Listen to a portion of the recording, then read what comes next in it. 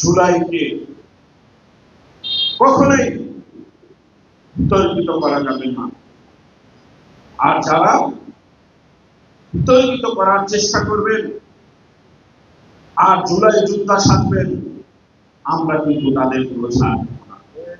আজকে এই 16 জুলাই আবু সাইদ তার জীবনের মায়া উপেক্ষা করে তাজা বুলেটকে তিনি বুকে পেতে নিয়েছিল, সেই বীরদেরকে আমরা স্মরণে রাখতে চাই।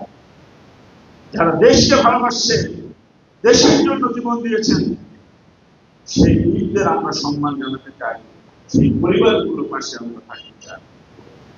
জুলাই আন্দোলনে যারা ভূমিকা রেখেছেন, যারা আহত আছেন, সেই যোদ্ধাদেরকে আমরা সেলুট জানাই, সালাম জানাই।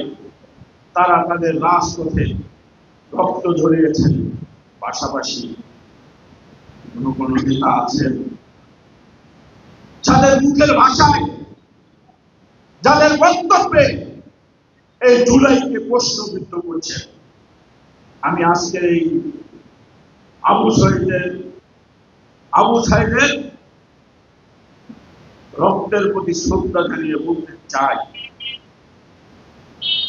জুলাইকে কখনোই বিতর্কিত করা যাবে না। আর যারা বিতর্কিত করার চেষ্টা করবেন আর জুলাই যোদ্ধা সাধবেন, আমরা কিন্তু তাদের পুরো ছাড় দেব না। আমরা তাদেরকেও ছাড় দেব না। বাংলাদেশের রাজনীতিতে আর কোনো বেয়াদবের সৃষ্টি হতে দেওয়া যাবে না। এই রক্তের প্রতি শ্রদ্ধা রেখে, শহীদদের প্রতি শ্রদ্ধা রেখে আমরা আগামী দিনে জনাব তারেক রহমানের নেতৃত্বে বাংলাদেশকে আমরা এগিয়ে নিয়ে যাব। যেভাবে চেয়েছিল দেশ নেত্রী বেগম খালেদা জিয়া, শুধু দেশের প্রতি ভালোবাসা, দেশের প্রতি ভালোবাসা, দেশের প্রতি ভালোবাসা দেখিয়ে গেছে মৃত্যুর আগ দিন পর্যন্ত।